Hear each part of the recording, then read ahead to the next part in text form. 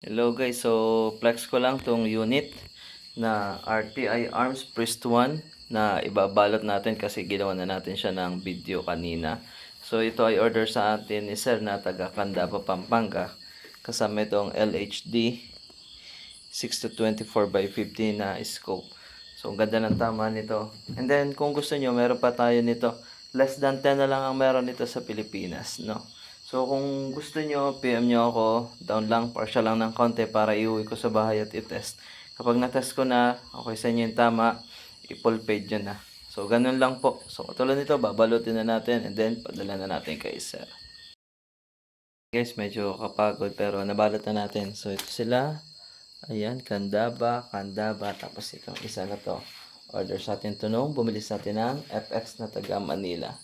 So, ayan po ang RTI nakabalot na kasama ang LHD 6-24 na scope. Maraming salamat po.